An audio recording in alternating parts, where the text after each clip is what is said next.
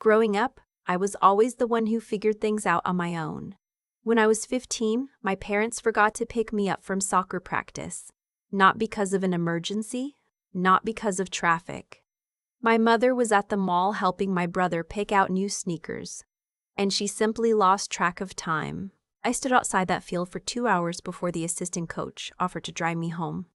That night, nobody apologized. My mother said, "You should have called." I didn't have a phone yet. My brother got the sneakers. I told myself that story wasn't a big deal. Kids forget things. Parents get busy.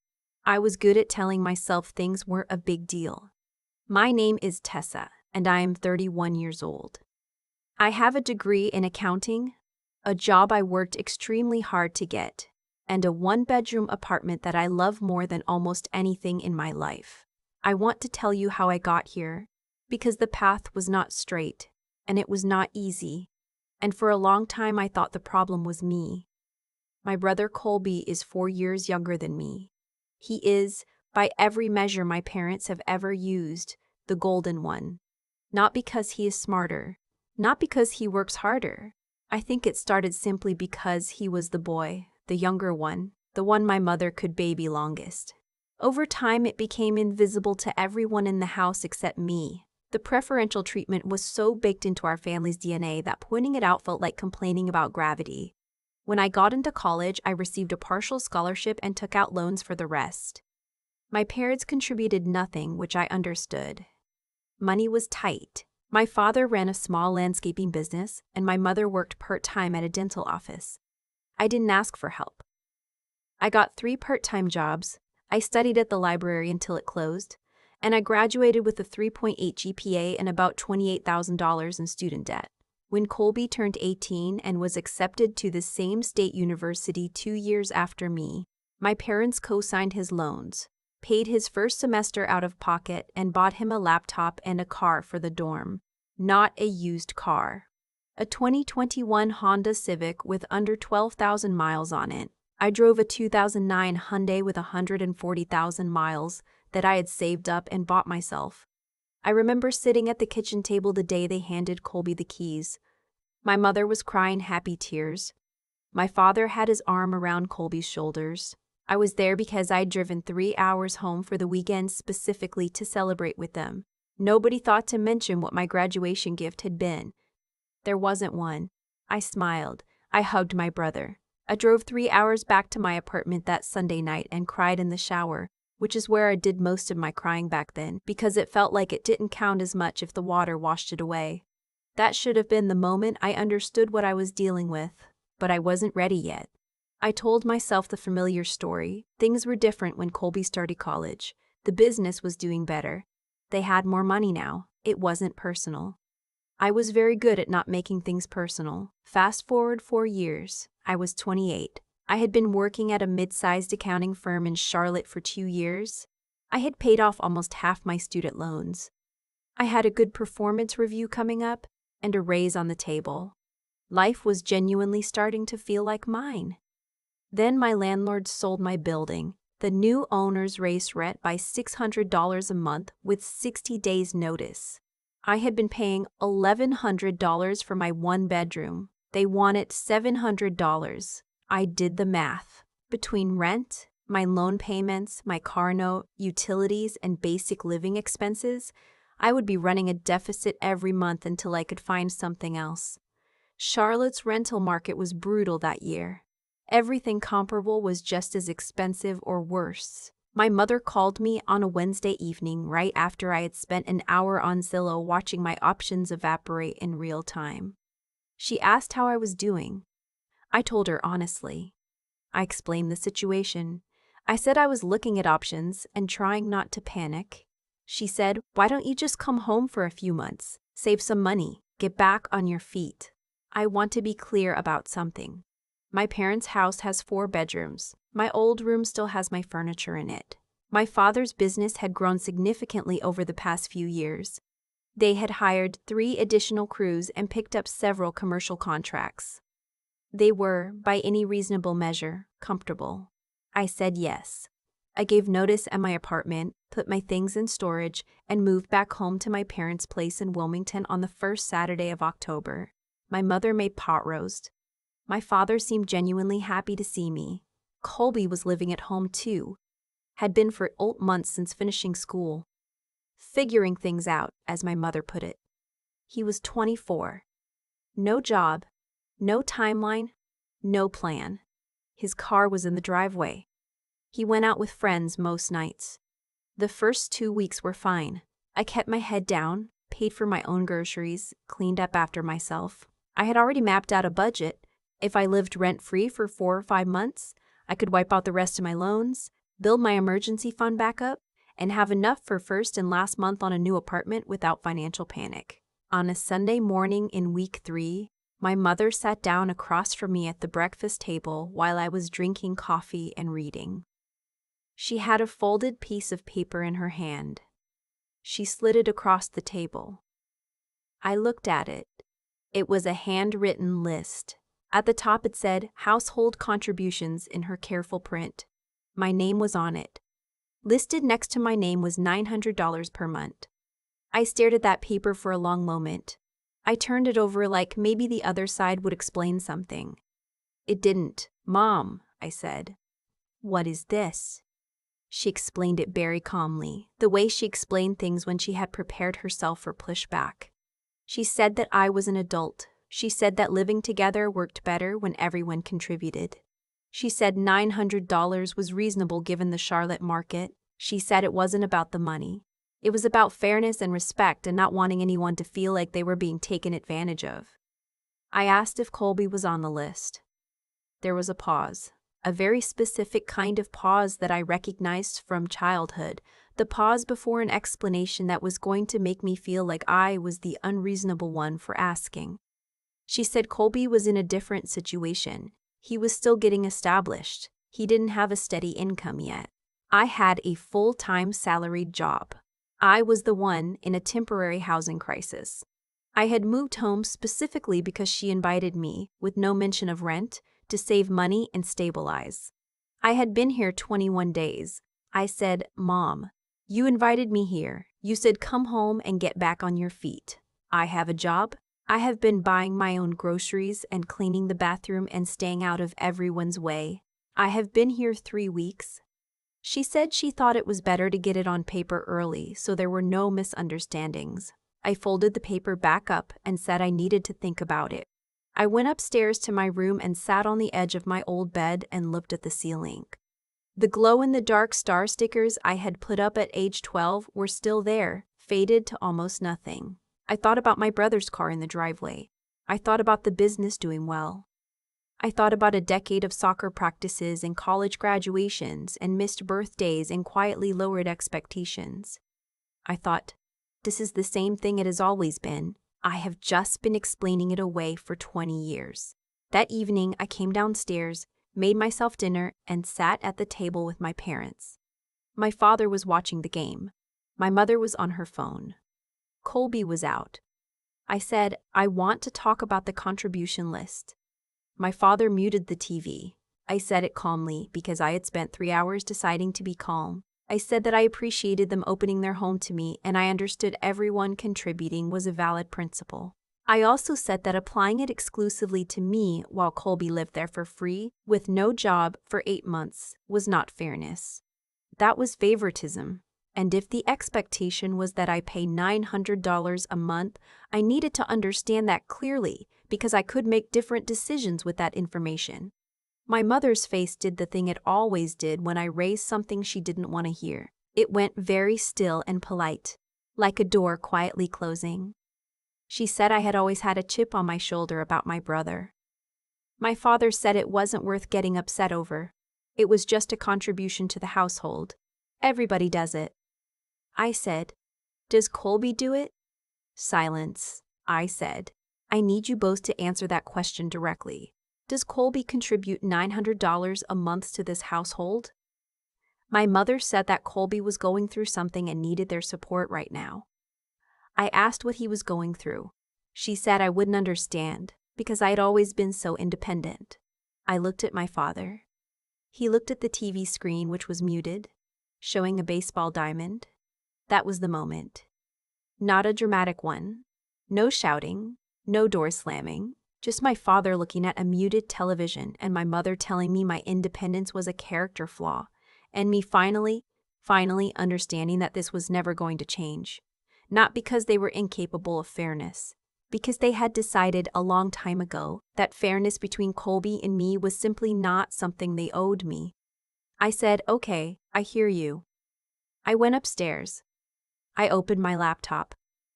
I texted my coworker Jillian, who had mentioned months ago that her spare room was available if I ever needed it. I asked if the offer still stood. She responded in 11 minutes. She said yes, $650 a month, utilities included, available in 2 weeks. I did not sleep much that night. The next morning, I came downstairs and told my mother I would be moving out in 2 weeks and would not be paying the $900. I said it the same way I would say I was going to the grocery store. She looked genuinely surprised, which surprised me. She said I was overreacting. I said I was making a practical decision based on the information available to me. She said she hoped I wasn't going to make this into something. I said I wasn't making it into anything. I was just leaving. The 2 weeks were uncomfortable in the particular way that silence in a full house is uncomfortable. My father made small talk at breakfast. My mother was cordial in the tight, effortful way that meant she was angry but had decided to be dignified about it. Colby came home one night while I was packing boxes in my room and stood in the doorway and said, "You don't have to leave, you know." I said I knew. He said Mom was upset. I said I was aware. He didn't say anything after that. I think in a different version of our relationship, that would have been the beginning of an honest conversation. But we had never had the foundation for one. I moved out on a Saturday. My father helped me load my car without being asked. That surprised me too. We did it mostly in silence. When I was ready to go, he stood in the driveway and said, "You've always been the tough one." I got in my car. I drove away. I am not going to pretend that I felt triumphant. I felt hollowed out and sad and very tired. I moved into Jillian's spare room, which had a window that looked out at a parking lot, and I put my things away and sat on the floor because there was no bed yet. Mine was still in storage, and I ate a granola bar for dinner and cried in a way that I had not let myself cry in a very long time.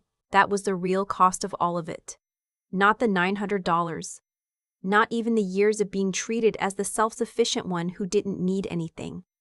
It was the grief of understanding that the family you hoped for, the one where you were seen and valued equally, was not actually the family you had. That family had always been a story I was telling myself. Grieving that story is legitimate. It takes as long as it takes. I gave myself 2 weeks to feel bad about it. I went to work. I ate actual meals. I called my college friend Brianna in Chicago and talked for 2 hours on a Tuesday night. I started seeing a therapist named Dr. OCE, which I should have done years earlier, and she asked me in our 3rd session what I had been afraid would happen if I acknowledged the favoritism sooner. I said I was afraid that naming it would make it real. She said it was already real. I said I knew that. She said, "So what were you actually protecting?" I didn't have an answer for a few weeks. Eventually, I understood that I had been protecting my parents. Letting them be good parents in my own mind was easier than accepting what the evidence showed. The calls started about a month after I left. My mother called 4 times in 1 week. I answered the 3rd call because I thought something might be wrong. There was nothing wrong. She wanted to talk. She said she missed me. She said she felt like things had gotten blown out of proportion. She asked if I wanted to come for Sunday dinner. I said I needed some space and would reach out when I was ready. She called 2 more times that week. Then my father called. He said he just wanted to check in. He said my mother was upset. He said I knew how she was and I shouldn't take it so personally. I told him I wasn't taking anything personally. I was simply living my life. He said he hoped we could move past this. I said, "Dad, I need you to understand something. I am not punishing anyone. I moved out because I needed to. I am living my life. When I am ready to have a relationship with you and Mom that works for me, I will reach out." He said, "What does works for you mean?" I said it meant a relationship where I was not being treated differently than Colby, where the rules were the same for both of us, where I didn't have to justify my feelings every time I raised something uncomfortable. He went quiet. Then he said, "Colby's going through some things, Tessa. He needs more support right now." I said, "He has always needed more support. That has been true his entire life. And I have never once received an explanation for why that is. Just an expectation that I accept it. I am done accepting it." I ended the call. My hands were shaking, but in the good way. The way they shake when you've said something true out loud for the first time. About 6 weeks after I left, my mother sent a long text message. It was late on a Friday night. The message said that the business had hit some cash flow problems, that they were looking at refinancing, that she knew things had been hard between us, but she was hoping I could help out temporarily, even just a few $100s a month for a while, and that she had always been there for me and she hoped I knew how much they loved me. I read it 3 times. I thought about the $900 list on the folded piece of paper. I thought about Colby's car, about my loans, about standing outside a soccer field at 15 for 2 hours. I wrote back, "I hope you're able to find a solution. I'm not in a position to help financially right now. I love you." That was true on both counts. I genuinely was not in a position to help. I was still rebuilding, and I did love them. That was the part nobody in these situations talks about enough. You can love people and still understand that what they are asking of you is not right. Those two things coexist constantly. My mother did not respond to that message for 11 days. When she did, she said she was hurt that I had said no. I did not respond to that message. Over the following weeks, I heard from an aunt, my mother's sister, who called to tell me that my mother was devastated and that family was everything, and she hoped I would reconsider whatever I was doing. I thanked her for calling and said I was handling my family relationships directly. She said I sounded cold. I said I was okay with that. Colby texted once. He said Mom cried at dinner last night. I read the message and put my phone face down on my desk and went back to work. I responded the next morning. "I'm sorry to hear she's upset. I hope things stabilize for everyone." He didn't respond to that. What surprised me was how clear everything became once I stopped waiting for them to see it my way. I'd spent so many years trying to explain my experience to people who were committed to not understanding it. Letting go of that project was not giving up. It was efficiency. It was recognizing that some conversations are not conversations, they are just variations of the same argument, where you never win, because the other person has already decided what the truth is. Dr. Thirglalin Osei asked me once what I would say to my 15-year-old self outside that soccer field. I thought about it for a long time. I said I would tell her that the waiting wasn't her fault, but she didn't have to make a story that let everyone else off the hook. She could just see it for what it was. I got my own apartment in February. A 1-bedroom on the 3rd floor with big windows and a clawfoot tub and a fire escape where I sometimes drink coffee in the morning when the weather allows. I assembled the furniture myself over a long Saturday with a podcast playing and takeout containers on the counter. I put nothing on the walls for the first 2 weeks because I wanted to look at the space and decide slowly, without rushing, what I actually wanted to see every day. I bought a small painting at a street fair. It is a landscape mostly blue, a field at dusk. I hung it above my couch. My loans are paid off. All of them. I did that this past March, sitting at my kitchen table with a cup of coffee, and I processed the final payment and then sat very still for a moment because I had been carrying that number in my head for almost a decade, and suddenly it was just gone. I have a relationship with my parents now that I would describe as cautious and honest. We talk occasionally. I went home for Thanksgiving last year, which was its own complicated thing, but I went with clear expectations and a plan to leave if I needed to, and I only needed to once, briefly, when my mother made a comment about how nice it was that I had finally matured enough to be flexible. I stepped outside onto the back porch for 10 minutes, had a quiet conversation with myself, and went back in and ate sweet potato casserole and let it go. Because here's what I know now that I did not know at 28. Sitting on my old bed staring at faded star stickers, You can spend your whole life explaining yourself to people who have already decided who you are, or you can accept that their version of you is not your responsibility to fix and you can go build the life you actually want. I chose the second one. I am still choosing it, every day in ways small and large. The apartment is quiet right now. The window above my desk is open a few inches and I can hear the street below, someone walking a dog, a car going past. My coffee is getting cold. I do not have a dramatic ending for you. No courtroom, no confrontation where I delivered a perfect speech and everyone finally understood. Just a woman in her own apartment, on her own terms, telling her own story. That for me was enough. That was everything. I have thought a lot about what it actually cost me to stay quiet for as long as I did. Not the money, though that was real. Not the loans I paid alone while Colby's were co-signed. Not the apartment I scrambled to find while his car sat in the driveway. The real cost was the version of myself I kept shrinking to make the math of my family work out. That is what I want to talk about for a minute because I think it matters. There is a kind of intelligence that nobody teaches you in school, and it is this: knowing the difference between a situation that is difficult and a situation that is wrong. Difficult situations ask something hard of you, but they are fair. Wrong situations ask you to accept unfairness as though it is normal, and then blame you for noticing. I spent a lot of years treating a wrong situation like a difficult one. I worked harder. I asked for less. I told myself that my independence was a strength, not evidence that I had been trained to need nothing. The moment I put that $900 piece of paper down and went upstairs and texted Jillian, that was not a dramatic act of revenge. It was just the first time in my adult life that I let the evidence mean what it actually meant. My parents were not going to change the rules. The rules were not going to become fair. And continuing to live inside an unfair system while hoping it would correct itself was not strength. It was a habit I had mistaken for virtue. Here is what I know about cause and effect. Stripped of anything mystical, the choices we make compound. My parents spent 20 years making small choices. A car here, a free ride there, a list with one name on it. And each one sent a message they never had to say out loud. The message was, your value here is conditional, and my choices compounded too. Every time I accepted the message without naming it, I made it slightly easier to accept the next time.